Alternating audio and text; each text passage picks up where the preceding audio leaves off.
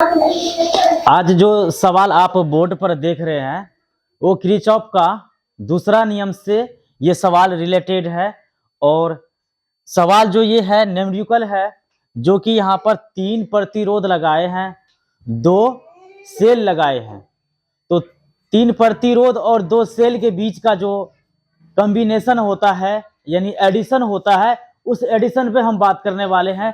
क्योंकि कल का क्लास में जो था हम बताए थे आपको कि किरचॉफ का यानी वोल्टा का किरचॉफ का दूसरा नियम कि हम जानते हैं यहाँ से कि एक साइड सेल का संयोग होता है, दूसरा साइड धारा और प्रतिरोध का संयोजन होता है। तो सबसे हम यहाँ पहले जानेंगे कि किरचॉफ का बंद पास का जो नियम होता है उस नियम को हम किस तरह से सॉल्यूशन करते हैं। तो हम फार्मूला यहाँ से जानते हैं कि एक पहले वाला जो होता है वो सिग्मा से यानी विद्युत वाहक सेल को कॉम्बिनेशन करता है, दूसरा साइड क्या करता है, ये सिग्मा आई आर को जोड़ने का काम करता है। बंद पास के लिए हमको इतना काम, ये फॉर्मूला हमको याद रहना चाहिए। तो यहाँ पर सबसे पहले यानी एम्पियर, यानी इसका एम्पियर निकालना है कि एम्पियर कितना होगा।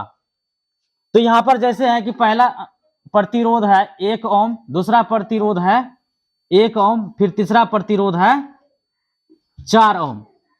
इसी और देखिए यहाँ पर पहले ओम का बात करते हैं, ओम जहां जहां ओम लगा हुआ है प्रतिरोध, ये तीनों का बात करते हैं। तो 3 तो 1 2 4 1 5 1 6 हो गया। अब सेल जो है यहाँ पर कितना सेल लगा हुआ है, एक 2 वोल्ट का लगा हुआ है, एक 4 वोल्ट का लगा हुआ है। तो ये सेल जो है इसको हम ई से सूचित करते हैं, और ये जो प्रतिरोध है इसको हम R1 R2 और R3, यहाँ पर 3 प्रतिरोध लगा हुआ है।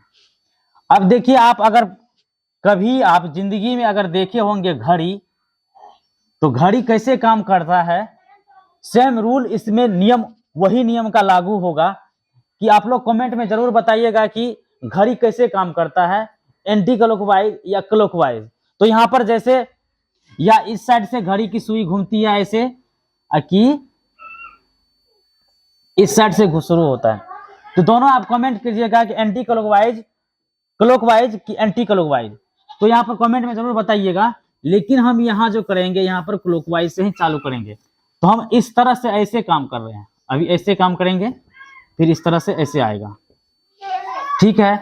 अब पहले हम जानते हैं कि सिग्मा ई यानी विद्युत वाहक सेल को हम जोड़ने का काम करेंगे। तो यहाँ पर अभी 2 वोल्ट है और 4 वोल्ट है। तो सबसे पहले यहाँ पर पहले फॉर्मूला लिख दीजिए, यहाँ पर सिग्मा ई और सिग्मा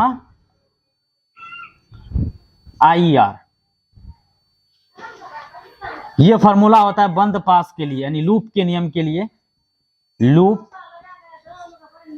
नियम, ये लूप नियम का फार्मूला है।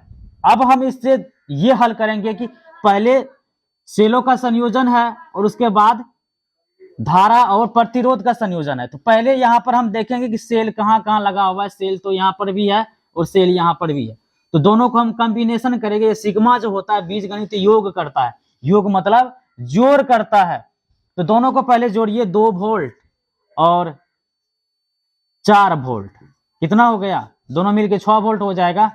अब जो यहाँ पर आई आर, ये सिग्मा है, सॉरी यहाँ पर सिग्मा था, ये सिग्मा है आई आर। हम जानते हैं कि V बराबर आई आर होता है, 10वां क्लास से पढ़ते आए कि ओम का नियम में V बराबर आई आर होता है। तो V क्या है, ये वोल्ट है, I क्या है, धारा है, और R प्रतिरोध है। ये ओम के नियम से 10वां कक्षा से हम पढ़ते आ रहे हैं, इस बात को याद रखिए। यहाँ पर वो यही नियम का यहाँ पर यूज होगा। तो अब क्या करेंगे, हम सबको आपस में जोड़ेंगे, इसको भी जोड़ लेते हैं, इसको भी जोड़ लेते हैं। तो क्या हो जाएगा, ये इधर से धारा इधर से आ रहा, इधर से हम चल रहे हैं, तो इधर से पहले सेल को जोड़ लिए हैं, अब प्रतिरोध को जोड़ेंगे। तो प्रतिरोध कौन सा है, पहला 1 और 1, तो कितना हो गया, 1 का जोड़ 1, 1 धारा और प्लस 1 धारा, 2 धारा हो गया। अब इधर से धारा घूम रही है ऐसे करके, तो यहाँ पर आई आ रहा है, तो आई को कॉम्बिनेशन कर दिया है। फिर यहाँ पर क्या है, 4 है, तो इसमें हम जोड़ देंगे 4 को। तो यहाँ पर क्या होगा, वोल्ट तो वोल्ट कैंसिल हो जाएगा यहाँ पर। तो करने के बाद क्या होगा, यहाँ पर इधर भी 6 हो गया, और जोड़ने के बाद क्या हो जाएगा, 1 1 2 और 4 6 हो जाएगा, यानी 6 आई होगा। अब देखिए इसमें होता है कि अगर यहाँ पर थोड़ा सा अगर मैथ का कैलकुलेशन आपको तगड़ा होगा तो यहाँ पर समझने में कोई परेशानी नहीं होगा। अब देखिए हम क्या करते हैं, यहाँ पर गुना में है, तो जैसे हम आई को सिंगल करेंगे यानी इसको सिंगल पैसेंजर रखेंगे, तो ये क्या हो जाएगा, 6 तो भाग जाएगा। 6 भागने के बाद क्या हो जाएगा कि ये तो भागा में चले जाएगा भैया, तो भागा दे दीजिए इसको। कटाने के बाद कितना हो जाएगा, इसका आई का मान 1 हो जाएगा, यानी 1 एम्पियर के बराबर हो जाएगा। ये सवाल काफी आप लोग 12th वाले क्लास के लिए काफी इंपॉर्टेंट क्वेश्चन है। और ये आई बराबर क्या हो जाएगा, 1 एम्पियर। ये जो है क्या है, एम्पियर है, इसको एम्पियर बोलेंगे। इसको क्या बोलेंगे, ये क्या है यहाँ पर एम्पियर, और एक आई क्या है, धारा है।